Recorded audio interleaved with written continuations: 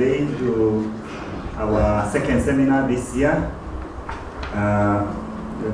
Today we want to study or learn on ways in which we can package our proposals when asked or invited to present RFP so that we can win. And we want to pick some details or skills from experts so that thereafter we are prepared, we are equipped on this matter. So let me welcome all of us. I want to welcome you, Chairman of the Board and the Chief Architect, Architect Muli. Welcome.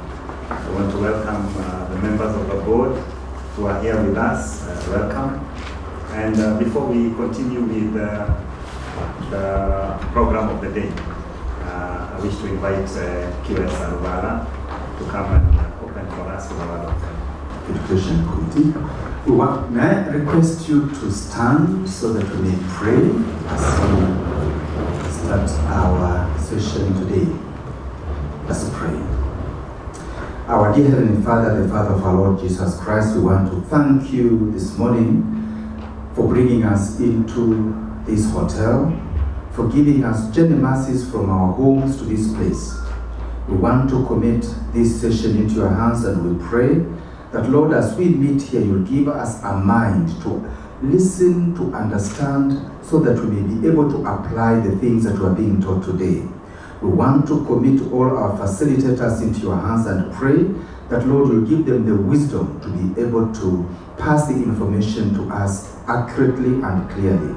And for us, Lord, we pray for our minds to be alert so that, Father, we may be able to listen, understand, so that, Lord, this will build our minds and our practices. We thank you, Lord, and we praise you in Jesus' name. Amen. I want to invite the session chair, and who is also the chair of the Architects and Quantity Surveyors Education Board of Borax, to come and lead us from here expo. This is Dr. Susan Kibwe. Please welcome and make your remarks and lead us from here. Good morning, everyone. Good morning. We feel like we are away from our home, Safari Park. Do you feel a bit away from there? You're missing it a little bit. But we try to have a little bit of a change. So I'd like to recognize the Borax Board Chair, who is just here, Architect Sylvester Muli, all board members present, education board members, and one very eminent person here, QS Moses Nyakiongora. Just wave your hand. Amujambo. For joining us today. So we just want to welcome you very much to this very special CPD about writing winning project proposals. And the aim is to equip all of us with skills of how to bid properly. So we have very eminent people here who are going to take us through that bidding process. So it will be an opportunity to learn more about it and to take notes and maybe to take copies of those forms and to ask questions and interrogate them. We have very important speakers from both the private and government side of things, so that we can see how we can improve how we bid as locals. You know, now the place is very wide because we have a lot of people coming from outside as well. So how can we sharpen our skills at bidding properly, at packaging our bids really, really well to compete favorably with foreigners and people from the international side? Of course, we know that bidding is very important. It helps to create fair and open processes. It's supposed to cut out discrimination. It's supposed to get the most qualified professionals. So to see how do we package ourselves better. I participated in some checking of some bids, and you find that there's some very formidable firms, you know, like I can name them, like Atkins from England, Arup also from England, where they have over 15,000 personnel across the world with so many fields. You know, they have somebody from every time, engineers. They are very, very strong consortia. So when they come and bid against us, you know, how can we, you know, get stronger against some of these big firms that come and bid also against us who are international? So We hope that we'll be able to get to the bottom of this and maybe learn more today. We'll ask you also to look at your bag. You have some very important things about the ICPD that's coming up, and also another CPD that's coming up in Zanzibar. So there are many things lined up for you. So with those few remarks, I wish you a very fruitful seminar. We're just about to start with our first session. Thank you very much and welcome. Thanks for your attendance. Chair of the board, Architect Sylvester Moody, to make his remarks before we start. Good morning, everyone. Good morning. I came in when everybody was dancing, and I do know architects and conservators are such good dancers. I hope there will be another session for people to be able to dance. The members of the Education Board, fellow architects and conservators who are in the house, good morning once again. Morning. I'm happy to be here today again to listen, just like you, on how to put in a winning proposal. The only difference is that most of these proposals are requested by government. And as we've seen, the trend these days is that, as I said somewhere, long time ago, the ministry will have a register of all professionals, and you just one day wake up and find a letter in your box office telling you you've been awarded a job. And then when you get the job, you'll also be going to the post office and find you've got a check. So things were very easy. Get a job by just saying your name, and then payment were just easy. But we've seen the numbers of professionals have really grown, and also the things we do have also become a little bit complicated, so that process has changed. The dynamics in the professions have also changed. These days, to be able to get a good project, and mostly these good projects start from the government side, you really have to prove that you have the potential, you've got the capacity, you've got the skills, and you've got the numbers. And that is by way of putting a proposal. Starting from the normal RFP, which we are all used to, request for proposals. We have got proposals for PPPs, PIPP, and so forth, that you have really sit down and work out a proposal. Us as government, most of those who are in government have sat and looked at your proposals, the proposals coming from the consultants, and they've developed quite an elaborate criteria to be able to look at what is submitted. The other week, we were in IQSK workshop in Mombasa, and they were talking about collaborations and partnership. And what came from that forum was that Kenyan farms continue to stay very small, and we are being challenged by farms which are coming from outside because they have got the numbers. And it's time we change the way we've always operated our farms, that we need to collaborate, we need to get each other's potential, put them together so that we have increased capacity, so that we can be able to compete with these farms coming outside. Because as you've seen, most of the big projects are funded by donors. They're funded by donors, they have to be open to international competition. So we are competing not just with farms in Kenya, but also people from outside the world. And as somebody said, some people like Atkins have got many people. I visited a farm in India, which an architectural firm which has got 150 architects. I bet the biggest firm here in Kenya may not have more than 20 architects. So it's time we started collaborating. And as we put up these proposals, these are going to help us because we'll have to demonstrate that we've got big capacity to be able to handle these kinds of jobs. Today, the presentation will focus on how you can be able to put in your proposals. You'll also be taken through how these proposals are looked at, and perhaps you can be able to get enlightened so that next time you put a proposal, at least when you are asked to state your litigation history. Don't leave it blank. Just put yes or no.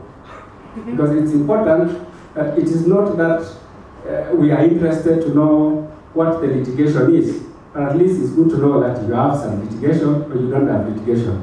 Sometimes you find you will fail just because of that. This one, you'll be enlightened today. So as we go through the session, I wish you a good time. Listen very carefully so that next time you put in a proposal, it will be a winning proposal. So welcome and thank you very much. Thank you very much, Chair of our board, Architect Muri. So without wasting more time, I'm going to call the first presenter for our first topic, which you have there, project proposal writing for government projects. And our presenter is Architect Daniel Morioki from the State Department of Public Works. Welcome, Architect.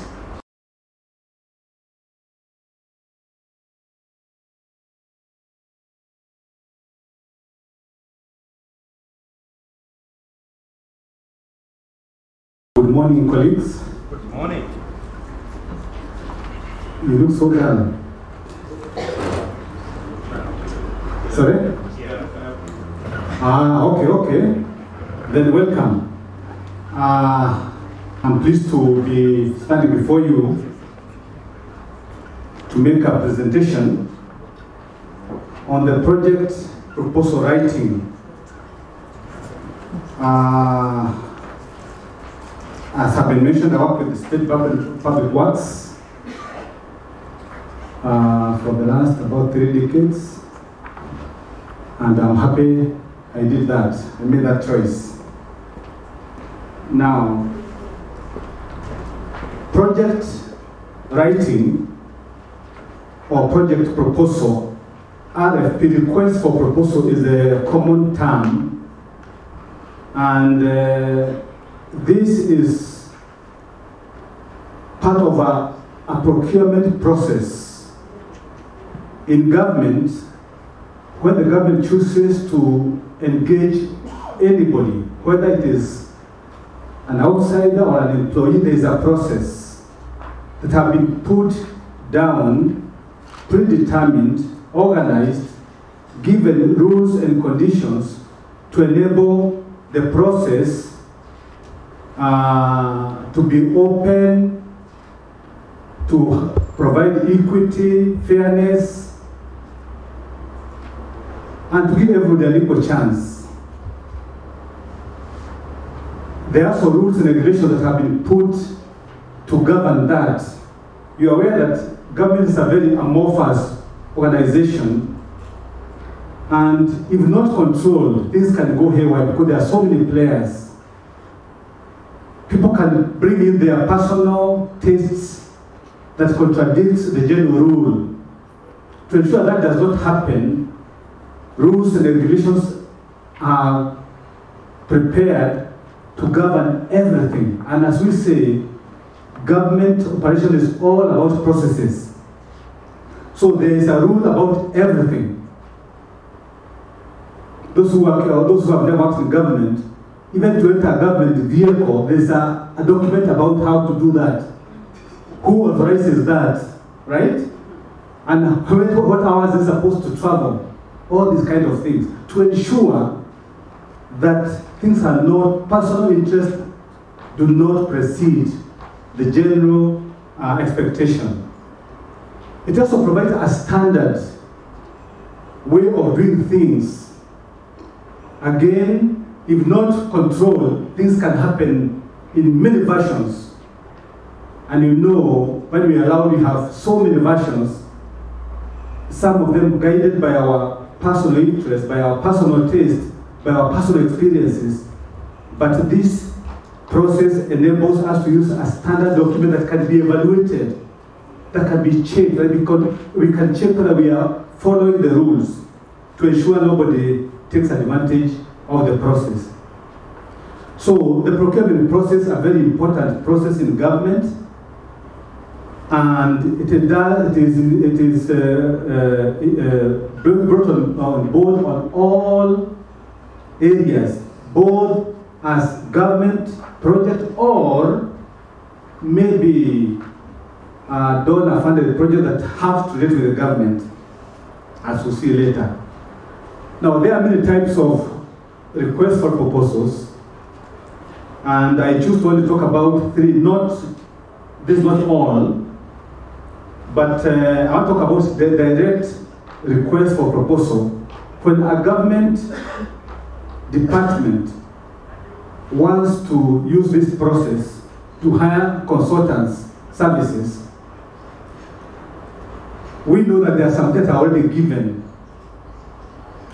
So you can just put an advert and request for interested consultants to participate.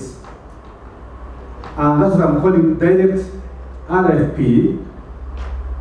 It's a one-off situation. It has all the rules and regulations, all the requirements in it.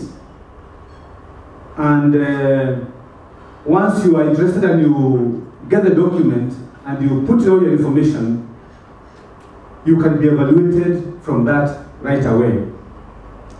There are other cases, particularly when we do with donor projects, they insist on going in 2 stages, 2 or 3 stages, where we have the expression of interest.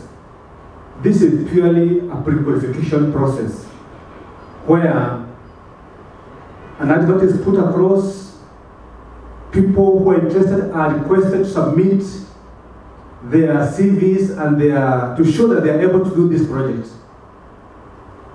And once that is done, they are evaluated and shortlisted. A number is shortlisted to go to the next stage of submitting their proposal. So it is done in 2 stages and evaluated at different stages. With the donor projects, you may find another element that comes in that is not common in our cases on the RFP with financial component. Now, for the government, in the document it will be stated that the conditions of engagement and the scale of fees are governed by maybe the condition that is prescribed for government projects. But for donor projects, it varies from that, because they say we are bringing other people who are not conversant and not bound by our local rules and regulations. They are allowed to submit their financial proposal. And I'll explain later that this is not to come with their maybe 525 from where they come from, but it is based on some parameters. Example, they are supposed to list all the activities they are going to undertake and the personnel who are going to undertake them, and timelines given, and they charge those ones maybe on a monthly rate or hourly rate or something like that. And that is what is commonly used in the project that most of them have got a donor funding. Now, it's very important as you engage in this to know what to prepare. Many times, many consultants, many firms have prepared their CVs in advance. And when they hear of a project, they just collect them and package and throw them overboard. And many times they don't customize them to the specific requirements for the various requirements, because this RFP document I've said is a standard one. Occasionally it is customized depending on maybe the nature of the project and the scope of the project, to have some extra items that are not in the normal standard document. So you need to study and understand the document you are using for that particular project. Understand all the areas, all the components, all the requirements, right? Even a specific project. Let me use a crude one. Maybe we are designing a prison. And you should have some knowledge about that prison design. So that when you customize your documents, you bring the good things forward. You convince somebody that you can handle a prison project.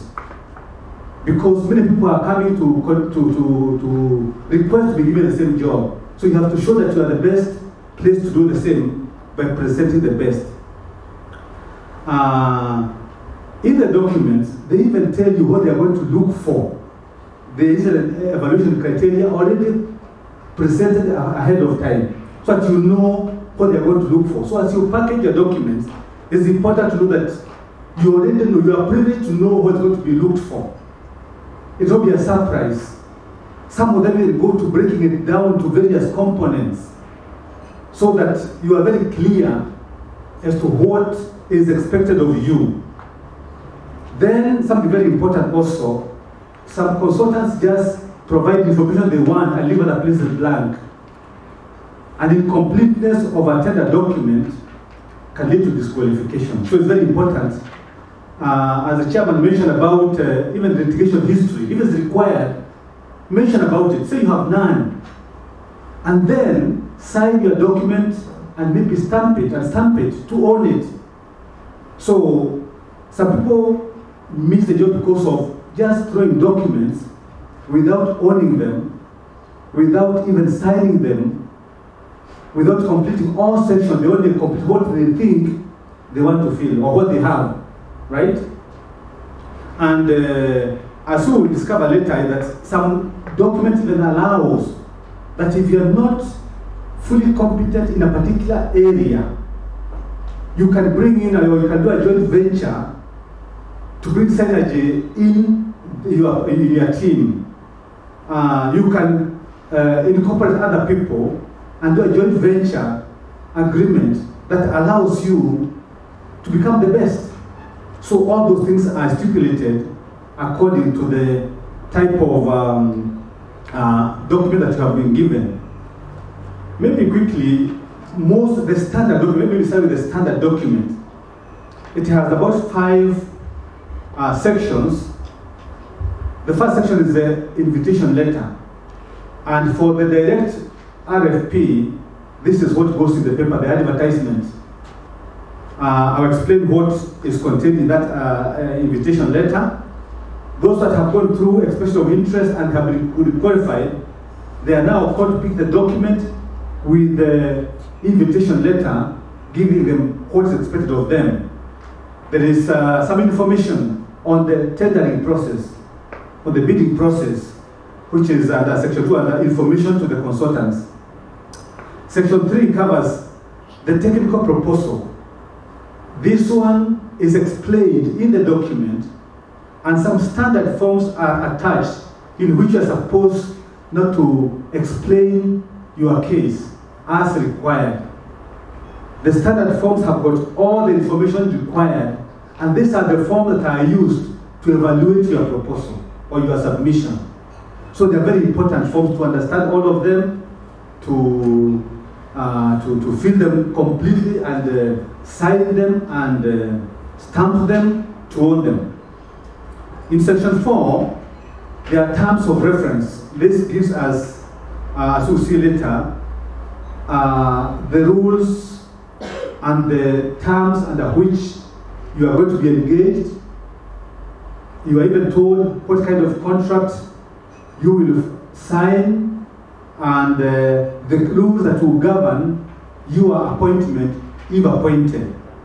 And then in the last section, the agreement form, or the form of agreement you sign with the client is brought there, which you sign if you are awarded the job. So this basically what the request for proposal document contain. Depending on the nature of the project, some of them can be small documents, others are very large documents because of the many forms that may be required. But they're very important to go through each one of them and understand. So now in the invitation letter, I mentioned that this is the same that is put in the advert in the newspaper, describing so many things. It gives you the name of the project, it outlines the professional services required, if it's architectural, together with this. In the olden days, they used to maybe be requested to submit individually, and nowadays we talk of consortium, so that you develop your team before you submit together. In the letter, it also talks about the amount to be paid to acquire the documents. This normally a small amount. Then the mode of submission, where you're going to submit and what time and by what method. You are even advised how to package your document and how to put them in envelopes and how to label them, right? You're not supposed to put your logo on the envelope. You are not supposed to use your company logo because anybody see will know that is so and so. But it is supposed to be handwritten or typed, and you are given all that information in the invitation letter. Of course, it also tells you who is inviting you and their location and all those requirements. In the next section, the section 2, on the information of the consultants, these are the quick things that are coming to it.